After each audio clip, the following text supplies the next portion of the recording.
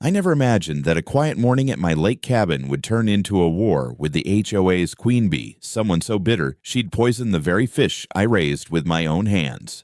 But when Karen crossed that line, she had no idea who she was dealing with. See, I don't just live here, I oversee every environmental regulation in this county. And this time, she was about to learn the hard way that justice swims deep. Let us know where you're watching from today, and if you're new here, don't forget to like this video and subscribe to join our growing community. I woke up that morning with the smell of fresh pine and lake air drifting through my open window. The sunlight glistened across the calm surface of the water, casting golden ripples that made my old fishing dock look like something out of a postcard. I've always said there's no better place to be than right here on my cabin porch, sipping coffee while the world wakes up. It's why I bought this property decades ago, to find peace, not to deal with petty drama. But little did I know, that morning would be the start of something I couldn't ignore. The HOA had been a nuisance for years, but Karen, their self-proclaimed leader, was in a league of her own. She wasn't just bossy, she was vindictive. Ever since I refused to cut down the willow trees along my shoreline trees that have stood here longer than she's been alive, she's been trying to make my life miserable. I kept telling myself I could rise above her nonsense. I'm a grown man, retired from decades of environmental work, and I wasn't about to get into playground squabbles. But Karen never knew when to stop. That morning, as I sat on my porch, I saw her white SUV roll up near the HOA-maintained parking lot just down the road. I could spot her even from a distance, blonde hair tied in a tight bun, oversized sunglasses, and that permanent scowl that made her look like she'd bitten into a lemon. She stood there, arms crossed, glaring at my property like she was surveying enemy territory. I sighed and tried to ignore her, but then I noticed something odd. There were footprints along the dock, fresh ones. I hadn't been down there since last night when I fed the fish. I walked over, coffee in hand, and felt a knot in my gut. Something didn't feel right. The water near the shore had a strange sheen, like oil on pavement after a rain. I leaned down, dipped my hand into the water, and rubbed it between my fingers. A chemical smell hit my nose, sharp and unnatural. My heart sank. I hurried to the edge of the dock and peered into the shallows where I usually saw the glimmer of my fish. I raised these fish myself, stocking the lake years ago with largemouth bass and catfish. I knew their habits like I knew the lines on my own face. But now, all I saw were pale shapes floating belly up, dead fish, dozens of them.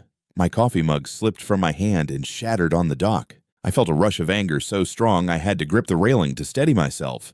Who would do this? There was no doubt in my mind it had to be Karen. She had threatened me just last week, saying, "Maybe you'll take care of that lake if you're forced to." I thought it was just another one of her empty power plays. But this was criminal. I grabbed my phone and started snapping pictures, close-ups of the dead fish, the strange slick on the water, and the footprints leading back up the shore. Years of working in environmental regulation taught me how to recognize contamination when I saw it. This wasn't accidental. This was deliberate. By now, Karen's SUV was gone. Of course it was. She always struck when no one was around, like a snake that slithers back under the rocks when you're not looking. I called the local sheriff's office, but I knew they wouldn't do much without solid proof. Karen was connected friends with half the HOA board and even a few folks on the town council. If I wanted justice, I'd need to handle this differently. Standing there on the dock, I made a promise to myself. This wasn't just about fish. It was about principle. I've spent my entire career protecting lakes, rivers, and wildlife from polluters and greedy developers. I wasn't going to let some petty HOA bully destroy the one place I've worked my whole life to preserve. I walked back to the cabin, grabbed my old leather notebook, and began documenting every detail, time, weather, water temperature, everything. I might be retired, but I still had ties to the EPA. And if Karen wanted to play dirty, she was about to find out just how deep my connections ran. As I sat down, my hands still shaking with fury, I thought of the community around this lake. Families brought their kids here to fish on weekends. Older couples walked the trails at sunset. This wasn't just my sanctuary, it was theirs too. Karen had crossed a line that couldn't be ignored. I looked back out at the lake, its surface now marred by the still floating evidence of her spite, and I swore this was war, but it was going to be fought with facts, law, and the full weight of environmental justice. The next morning, the lake looked worse. Overnight, more fish had surfaced, drifting like pale ghosts across the water.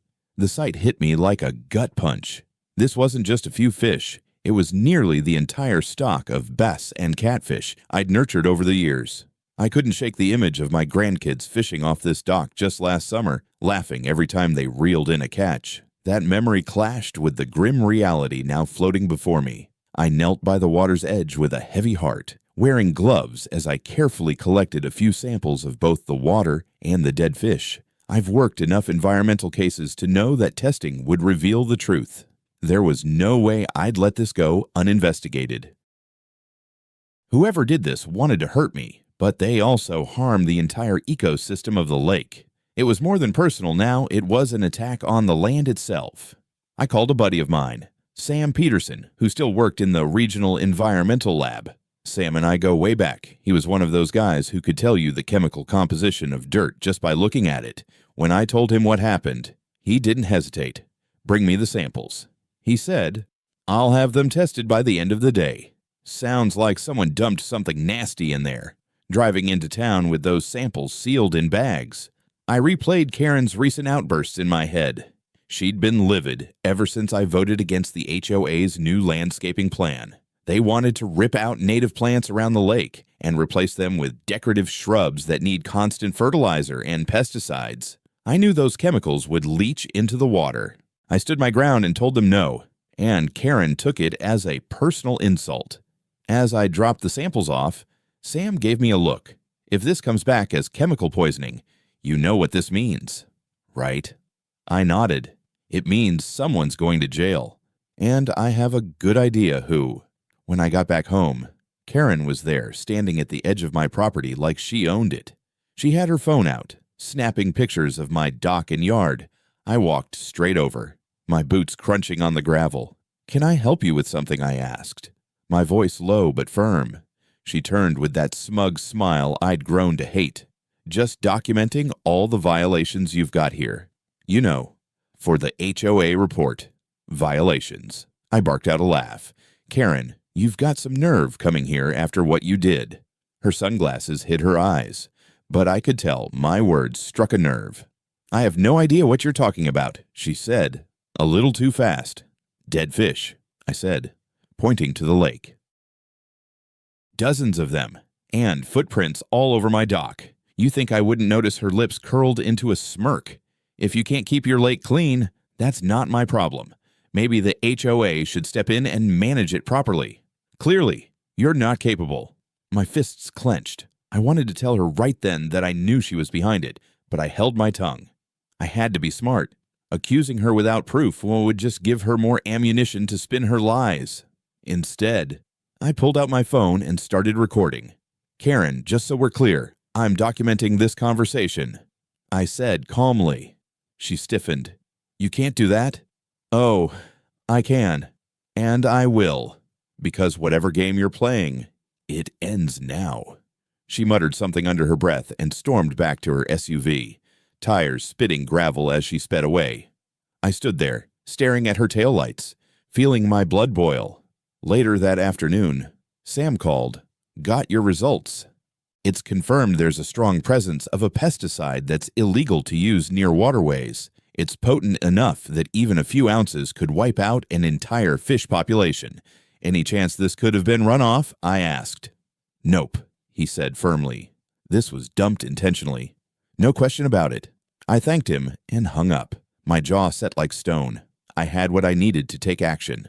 I knew Karen thought she could get away with this because she hid behind HOA rules and her so-called connections, but she had no idea who she was dealing with. I had spent 30 years enforcing environmental laws. I knew every regulation, every loophole, and every way to nail someone who thought they were untouchable. That night, I didn't sleep much. I sat on the porch with a notebook, sketching out my plan. Step 1, compile all the evidence. Step 2, get the EPA involved. Step 3, watch Karen's empire crumble. As the moonlight shimmered on the poison lake, I promised myself I'd make her regret the day she messed with me. She thought this was just about fish, but for me, it was about justice. And justice, when it comes, doesn't knock politely, it kicks the door wide open. The next morning, I was out by the dock early, wearing my old work boots and gloves, ready to gather more evidence. I'd slept less than 4 hours, my mind replaying the scene of those dead fish over and over. Each time I thought about Karen's smug grin, I felt a fire in my chest that wouldn't die down. I was crouched near the waterline, scooping more samples into jars, when I heard the crunch of tires on gravel. I didn't even need to turn around to know who it was. That high-pitched honk, like a desperate call for attention, could only belong to her. Karen's white SUV rolled to a stop a few yards from my dock. "Really?" she shouted, stepping out and slamming the door. "You're still out here messing with that lake. Some of us have actual responsibilities." You know, I stood up slowly, wiping my gloves on a rag, and faced her. "Karen, you need to leave my property. Now!" She scoffed, strutting toward me in those ridiculous wedge sandals, like she was about to host some HOA luncheon instead of trespassing.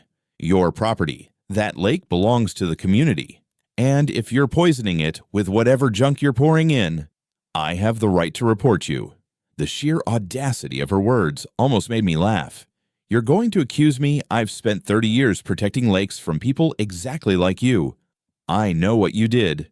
Karen, I've got the lab results to prove it." For the first time, I saw a flicker of unease in her eyes behind those oversized sunglasses. "Lab results," she repeated, her voice faltering for just a moment. "Yes, pesticide poisoning, illegal near waterways. And guess what? Footprints don't lie," I said, pointing at the dock. "You've been sneaking around here, but you're not as clever as you think." Her face turned red. "You can't prove anything," she snapped. I stepped closer, my voice low and steady. "Oh, I will. And when I do, it's not just going to be the sheriff you'll be dealing with. I'll bring in the EPA. You think a fine from the HOA is scary. Wait until you see a federal investigation knocking at your door." Karen froze for a second, then laughed nervously. "You're bluffing. You're just some cranky old man with too much time on his hands." I pulled out my phone and hit record. "Say that again." I said. "What are you?"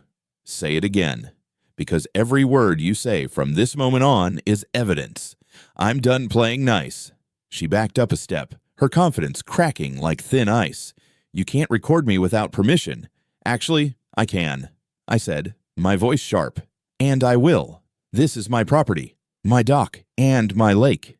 You've crossed the line. Karen, poisoning wildlife is a federal crime, and you're going to pay for it." For a moment, she was silent. Her lips pressed together so tightly they went white. Then, as if realizing she was losing control of the situation, she did what Karen always does. She got louder. "You're crazy. Everyone on the HOA knows you're impossible to deal with. Maybe you should just sell this place if you can't follow the rules." I clenched my jaw, fighting to keep my cool. "Rules? Is that what you call this killing? My fish isn't a rule. Karen, it's revenge. And I promise you, you'll regret it." With that, I turned my back on her and began photographing the dock, the footprints, and even the tire tracks leading to her SUV. She stood there for another moment, fuming, then stomped back to her car and sped off. Gravel flew from her tires, but I didn't flinch. I'd won that round, and I knew it. After she left, I called Sam again. "Sam, I'm going to need an official report from the lab."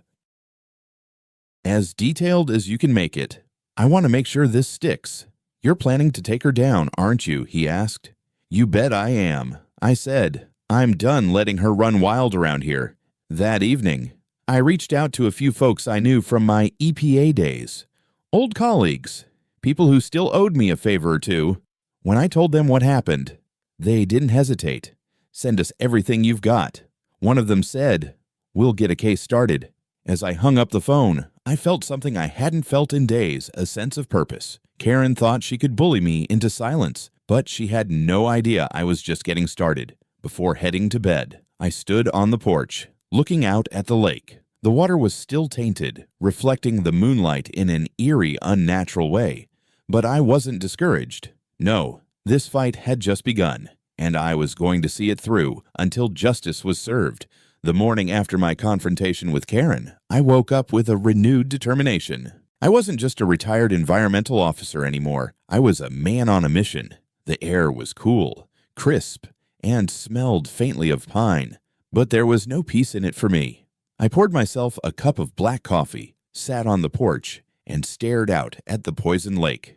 Every ripple on the water seemed to whisper that I couldn't let this go. The first step was to compile every shred of evidence I had. I spent hours photographing the dead fish, documenting the water conditions, and even tracing the footprint patterns I'd found on the dock. I wrote down the dates, times, and everything I'd noticed leading up to the poisoning, the HOA meetings, Karen's threats, and every petty argument she had started. By mid-morning, I called Sam again. Sam, I need those lab results in writing signed and sealed. Can you get that done? I asked. You bet. He replied, I'll overnight it to you. But I have to warn you, this is going to stir up a hornet's nest if Karen's behind it. You ready for that? I smiled grimly. Sam, I've dealt with hornets before. I know how to smoke them out. I hung up and immediately dialed an old contact, Rick Sanders, a regional director I used to work with at the EPA. Rick was one of those men you could trust with your life, the kind who believed in justice above politics. Rick, I said when he picked up, it's me, John. I need your help. We've got a chemical dump in my lake pesticide poisoning. I have lab confirmation and evidence pointing to someone from the HOA. He didn't hesitate. Send me everything. Photos, videos, lab results, statements. I'll have my team review it, and we'll see how fast we can open a case. I spent the rest of the day compiling a digital folder, organized, thorough, and airtight. Years of environmental enforcement had trained me to think like an investigator, and I wasn't about to leave any loose ends. I even gathered old meeting minutes from the HOA, highlighting Karen's comments about taking action against my property. While I worked, I kept an eye on the road. I knew Karen would show up sooner or later, probably with another stunt or some trumped-up HOA notice. Sure enough, around 3 p.m., I heard her SUV pull up again. This time, she brought back up 2 other HOA members, both of them looking uncomfortable as they followed her lead. John, she shouted, waving a piece of paper in the air. You're in violation of HOA policy. We're issuing you a fine for your dock's condition and for improper lake management. I walked out slowly, my phone in hand, recording every second. Karen, you're on my property without permission. That's trespassing, and any false accusations you make will be added to the file I'm building against you. One of the men with her, a tall guy named Bill, who'd always been civil with me, looked nervous. Karen, maybe we should just... No, she snapped. This man thinks he's above the rules. He's poisoning the lake. I stopped dead in my tracks. Say that again, I said, my voice low. You heard me. She sneered. Everyone knows you're dumping chemicals in there. I smiled coldly. Perfect. That's slander, and it's all on video. Thank you. Karen, you just made my case stronger. Bill looked like he wanted to disappear. Maybe we should let the board handle this, he muttered, tugging at Karen's sleeve. Karen shot him a glare, but I could see cracks forming in her confidence. She stormed back to her SUV, muttering something about calling the sheriff. I stood there until they drove away, the camera still rolling. That night, I emailed Rick everything: photos, videos, lab reports, and even the recording of Karen accusing me of poisoning my own lake. He responded within the hour. John, this is solid. We're dispatching a field agent to assess the site. If this checks out, Karen and anyone else involved could face federal charges. For the first time since this nightmare began, I felt like I had the upper hand. I wasn't just reacting anymore, I was on the offensive. Karen might have thought she could push me around with HOA threats, but she didn't realize that the EPA answers to no HOA. Before I went to bed, I walked down to the dock, The lake was quiet, the moonlight reflecting off its surface. I whispered to the water, like I used to when I first moved here. Don't worry, we're going to make this right. The next morning, I woke with a single thought on my mind: find the truth. No matter how deep I had to dig, Karen wasn't just a petty HOA bully anymore. She was a criminal hiding behind her position. I knew people like her. I'd seen them all through my career, folks who thought rules applied to everyone but themselves. If she was willing to poison a lake to get back at me, what else was she hiding? After a quick breakfast of black coffee and toast, I started making calls. First up was Bill, the tall guy from yesterday, who had looked like he wanted to melt into the ground when Karen started yelling. Bill had lived in this community longer than Karen, and I knew he wasn't the type to pick fights. I dialed his number, half expecting him not to answer. To my surprise, he picked up. "John, I don't want any trouble," he said before I could even say hello. "Bill, I'm not here to cause trouble. I just want the truth. You saw what Karen did yesterday, accusing me of poisoning my own lake. Do you believe that nonsense?" There was silence for a moment, then a sigh. "No, John, I don't. I know you care about that lake more than anyone. But Karen, she's been running things like a dictatorship since she became HOA president. You're not the first person she's gone after. That got my attention." "What do you mean?" Bill lowered his voice, as if someone might overhear. "Last year, she strong-armed the board into approving a new landscaping contract with her cousin's company, overcharged the HOA by thousands of dollars, and there have been complaints about illegal dumping near the greenbelt chemicals from lawn treatments running off into the soil, but every time someone questions her, she shuts them down." I felt my stomach turn. "So this isn't just about me." "No," Bill said firmly. "But she's got friends on the town council and even a few people in the sheriff's department. Everyone's afraid to cross her. Not me. Not anymore." "Thanks, Bill. You just confirmed what I suspected. Don't worry, I'll handle this. But when the time comes, I might need you to back me up." He hesitated, then said, "If it means putting a stop to her, I will." After the call, I spent hours digging through public records, HOA meeting notes, and county environmental reports. It didn't take long to find patterns landscaping permits that didn't match the work done, funds redirected without approval, and fines mysteriously waived for properties connected to Karen's friends. It was a web of corruption, and the poison lake was just the latest thread. By noon, I had a thick folder of evidence that painted Karen in a very different light. I forwarded everything to Rick at the EPA, along with Bill's statement about the illegal dumping. Rick called me back almost immediately. "John, this is bigger than I thought," he said. "If she's been mishandling chemicals and contracts, we're looking at both environmental and financial crimes. We can bring in federal inspectors, but I need you to keep gathering local testimony." "Don't worry," I told him. "I'm just getting started." That afternoon, I paid a visit to the local diner where a lot of residents like to gather for lunch. I wasn't there for a sandwich, I was there to listen. And sure enough, once I brought up Karen's name, the stories poured out. One older couple told me how Karen fined them for leaving a canoe on their own lawn. Another man said she had threatened to tow his truck for parking near the lake. But the most damning story came from a young mom named Ellen. She ordered pest control sprays along the lakeshore last spring without telling anyone. Ellen said, "I saw the workers dumping something in the water. My kids got sick after swimming the next day." When I brought it up, she brushed me off. I wrote everything down, my notebook filling with names, dates, and angry testimonies. By the time I left the diner, I knew I wasn't just fighting for myself anymore. I was fighting for everyone who'd been bullied by Karen and her crooked HOA. That evening, I organized all the evidence into a binder: photos of the dead fish, lab reports, testimonies, and financial irregularities. As I looked at the growing pile of proof, I felt that old fire in me again, the same one I'd had when I was younger, standing up to polluters and lawbreakers. Karen had picked the wrong man to cross. Before bed, I stood on my porch, looking at the dark water of the lake. It was still recovering, but I knew the truth would soon surface, just like the poison she thought would sink quietly beneath the ripples. The next morning, I woke with a clear goal. It was time to strike back. The days of Karen controlling the narrative were over. I had everything I needed: evidence, witnesses, and federal backing. Now, it was time to make her feel the weight of her own actions. I started by drafting an official complaint to the County Environmental Board. It wasn't just a casual note. It was a meticulously detailed document that included every piece of evidence I'd gathered: lab reports, witness statements, financial discrepancies, and a timeline of the poisoning incident. I attached photos of the dead fish, the contaminated water, and the footprints leading back to the road.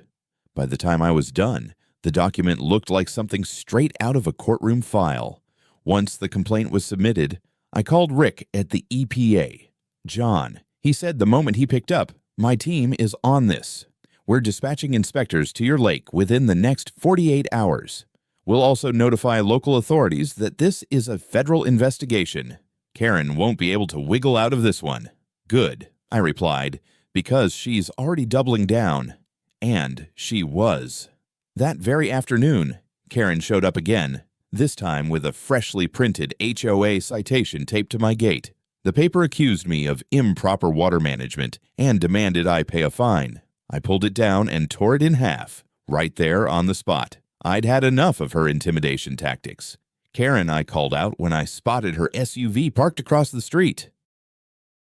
"Come here and take a good look at the man you've been messing with." She got out of her vehicle, her sunglasses on, and that smug smirk plastered across her face. "I see you got the notice. You can't just ignore HOA rules. John, you've been a problem since day one." I held up my phone. "Already recording. And you've been trespassing, threatening, and now poisoning wildlife. You're done. Karen, the EPA is coming, and when they do, they'll be asking for you first." For the first time, I saw her confidence falter. "The EPA," she asked, her voice rising a pitch. "What does this have to do with them?" "Everything." I said, "You killed federally protected fish species. That's not just an HOA matter, it's a federal crime, and I have the lab results to prove it." Her mouth opened and closed like she was about to argue, but couldn't find the words. She turned on her heel and stormed back to her SUV, but not before I added, "Better start calling your lawyer. Karen, you're going to need one." After she drove off, I called Bill. "Bill, I think the tide is about to turn. Are you ready to stand up to her?" "I am," he said firmly. "Honestly, John, I think most of the HOA is tired of her. She's been using fear to control everyone. But if you've got the EPA involved, that changes everything." By evening, word had spread around the community. A few neighbors came by, knocking on my door, thanking me for standing up to her. One older man, Mr. Thomas, shook my hand with tears in his eyes. "She fined me $300 for planting tomatoes in my front yard," he said bitterly. "But I didn't have the courage to fight her. I'm glad you do." Hearing their stories only fueled my determination. This wasn't just about my lake anymore. It was about freeing the entire neighborhood from her iron grip. The next day, I took things a step further. I drafted a public notice and pinned it on the community board near the mailboxes. It read, "To all residents, evidence has been submitted to the EPA regarding illegal chemical dumping in our lake. If you have witnessed suspicious activity or been threatened by the HOA president, please come forward. Your voice matters." Within hours, people started leaving handwritten notes under my door, recounting Karen's abuses of power, illegal fines, threats, and favoritism toward her friends. I compiled every note into my growing binder of evidence. That night, I sat on the porch, staring out at the moonlit lake. The water was still tainted, but I felt a sense of hope. I'd turned the tables. Karen was no longer on the offensive. She was scrambling, and I intended to keep her that way. The next step, when the EPA agents arrived, I'd make sure they saw everything. Karen thought she could intimidate me with HOA rules. But now, the law was on my side, and the law was about to hit her like a freight train. 2 days later, I stood on my porch as a white government SUV rolled down the gravel road toward my property. The EPA team had arrived, and with them came the shift I'd been waiting for. Karen might have thought she was untouchable, but now the real authorities were here, and they weren't going to play by her HOA's petty rulebook. 3 agents stepped out of the vehicle, all wearing official jackets with the EPA emblem on the sleeve. Leading the team was a sharp-eyed woman named Agent Ramirez. She walked with the kind of authority I recognized instantly, someone who didn't waste time on nonsense. "Mr. Collins," she asked, extending a hand. "That's me," I replied, shaking it firmly. "Thank you for coming. I've got everything ready for you: photos, lab results, witness statements, and even videos." I led them to my cabin table, where I had laid out the evidence binder like a battle plan. Agent Ramirez flipped through it, nodding occasionally, her eyes narrowing when she saw the photos of the dead fish. "This is solid work," she said, "and the lab report confirms pesticide traces. We'll collect our own samples, but I can already tell this isn't accidental." "Do you have any suspects, Karen Whitfield?" I said without hesitation. "President of the HOA. She's been threatening me for months over the lake and other property disputes, and I have witnesses who saw her near the dock the night before this happened." Ramirez glanced at her team. "We'll speak with her. This could lead to criminal charges, illegal chemical dumping, environmental contamination, and possibly tampering with protected wildlife." The agents headed down to the lake to collect their samples, while I stayed behind, my heart pounding. This was it. Karen wasn't just facing me anymore. She was facing the law. Later that afternoon, word spread like wildfire through the neighborhood. An EPA vehicle parked on my property was like a flashing neon sign that something big was going down. By evening, I had neighbors gathering near my fence, whispering among themselves. I decided to address them directly. "Folks," I said, stepping onto my porch, "you all know what's been happening. The lake we share has been poisoned. I have proof that Karen's behind it, and now the EPA is here to investigate. If any of you have stories of her harassment or illegal actions, now's the time to come forward." The crowd erupted. Ellen, the young mom I spoke with earlier, stepped forward holding her toddler. "I saw her workers spraying along the shore last year. I'll testify if I have to." Another man shouted, "She fined me for using the wrong color mulch. I've had enough of her." It was as if years of pent-up frustration burst open. People were angry at Karen, angry at the HOA, and angry that no one had stood up until now. I realized then that Karen had built her little empire on fear, but once people stopped being afraid, her power crumbled like a sandcastle in the tide. The next day, Agent Ramirez asked me to join her at the community center, where they'd arranged a formal meeting with the HOA board. I walked in with my binder under one arm, feeling the eyes of half the neighborhood on me. Karen was already there, sitting at the head of the table, her arms crossed and face tight with forced confidence. "Mr. Collins," she said with a cold smile, "are you enjoying your little stunt, bringing in the feds over some dead fish?" I placed my binder on the table with a thud. "This isn't a stunt, Karen. This is justice. You poisoned this lake and bullied this community for too long. Now you're going to answer for it." Agent Ramirez stepped forward, her tone firm but professional. "Ms. Whitfield, we have evidence linking you to the use of illegal chemicals near the lake. We're conducting a federal investigation, and you are required to cooperate." Karen's smile faltered. "Illegal chemicals? I don't know what you're talking about." Ramirez handed her a printed report. "This is the lab result. The compound found in the water matches a pesticide purchased under your landscaping contract. We've also gathered statements from multiple residents about your actions." The room went silent. Even the other HOA board members shifted uncomfortably, clearly distancing themselves from Karen. Bill, standing near the back, spoke up. "I told you, Karen, you've gone too far." Karen's face turned crimson. "You're all turning against me. After everything I've done to keep this community in shape, keeping it in shape," I shot back. "You mean lining your pockets with HOA funds and terrorizing anyone who disagrees with you? You're done, Karen." As Ramirez continued questioning her, I stepped outside for some fresh air. The crowd of neighbors outside cheered when I walked out. For the first time in years, I felt like the weight of Karen's bullying was finally lifting not just from me, but from everyone she'd tried to control. That night, the local news showed up. Someone must have tipped them off about the investigation. A reporter asked me for a comment, and I didn't hold back. "This isn't just about dead fish," I said, looking straight into the camera. "This is about standing up to bullies, whether they're in an HOA boardroom or anywhere else. We deserve better, and we're not afraid to fight for it." The days that followed were nothing short of explosive. News of the investigation spread across the county like wildfire. Neighbors who had once cowered under Karen's rules were suddenly standing tall, coming forward with stories of harassment, unjust fines, and shady HOA dealings. The EPA agents returned daily, gathering water samples and interviewing residents. Every piece of evidence piled higher against her. 3 days after the community meeting, Karen's SUV was nowhere to be seen. Rumor had it she was holed up in her house, avoiding everyone. But avoiding the federal agents wasn't an option. Agent Ramirez showed up at my door one morning with a look that told me the end game was near. "We have enough," she said. "We're filing official charges for illegal dumping of hazardous chemicals, and we'll be recommending further investigation into HOA mismanagement. Karen won't be running this place for much longer." I nodded, feeling a weight lift from my shoulders. Good. It's about time she faces the music. By late afternoon, I got a call from Bill.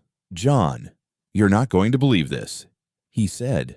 "The HOA board just voted to remove Karen as president. She's been stripped of all authority. They're also suspending all fines and fees until a full audit is done." I couldn't help but grin. "Bill, that's the best news I've heard in a long time." He chuckled. "Honestly, John, I think you saved this neighborhood. People are finally speaking up because of you. We're going to make sure the next HOA leadership is actually fair." That evening, I walked down to the lake. The sun was setting, casting a warm golden glow over the water. The EPA had already started a cleanup plan, using special treatments to neutralize the toxins. Some of the surviving fish were still swimming cautiously near the surface, as if sensing the change. I sat at the end of the dock, breathing in the cool air, feeling the peace I'd almost lost return in small waves. But the real closure came the next day, when a county sheriff's car pulled into Karen's driveway. I didn't intend to watch, but when you see justice rolling up on 4 wheels, it's hard to look away. The deputies went inside and came out with her in handcuffs. She was shouting, her voice carrying across the street, but this time, no one rushed to defend her. In fact, a few neighbors clapped as they drove her away. Later, Agent Ramirez stopped by to update me. "She's facing federal charges," she said. "It could mean heavy fines and even jail time. We're also reviewing the HOA's records. Looks like there's been a lot of mismanagement, and she'll be answering for that too." I nodded, a deep satisfaction settling over me. "Thank you, Agent Ramirez, for everything. This lake, this community. It deserves better than what she's put us through." She smiled. "You did most of the work. John, we just made it official." That night, I hosted an informal gathering by the lake. A few neighbors brought food, others brought fishing poles. We lit a fire pit and watched as the water gently reflected the starlight. It wasn't just a celebration of Karen's downfall, it was a reminder of what this place used to be before her constant bullying. Ellen, the young mom, sat beside me, her little boy running barefoot in the grass. "Thank you for standing up to her," she said softly. "Most of us were too scared to say anything. But you reminded us we don't have to be afraid." I raised my cup of coffee in a small toast. Sometimes all it takes is one person saying, "Enough." In the following weeks, the lake began to recover. New fish were introduced, and the EPA's cleanup efforts were already showing results. I spent mornings on the dock again, the air quiet except for the sound of water lapping against the shore. No SUV, no shouting, no threats, just peace, the way it was meant to be. One morning, Bill joined me on the dock. "Feels like a new chapter," he said, tossing a line into the water. "Yeah," I replied, "and this time, we're going to make sure no one poisons it literally or figuratively ever again." We sat there in comfortable silence, the sun rising slowly behind us. It was a simple moment, but to me, it meant everything. Karen was gone, the HOA was reformed, and the lake, the heart of this community, was alive again. As I looked out at the calm water, I thought about all the battles I'd fought in my life. Some were harder than others, but this one was personal. And winning it wasn't just about justice, it was about protecting something worth fighting for. This story isn't just about a lake or an HOA. It's about standing up when someone tries to bully you into silence. Sometimes doing the right thing means facing the storm head-on, no matter how loud it gets. If this story resonated with you, I'd love to hear about a time you stood your ground. Share your thoughts in the comments. And if you enjoy stories where justice wins in the end, consider subscribing to this channel. Together, we can keep these stories alive and shining.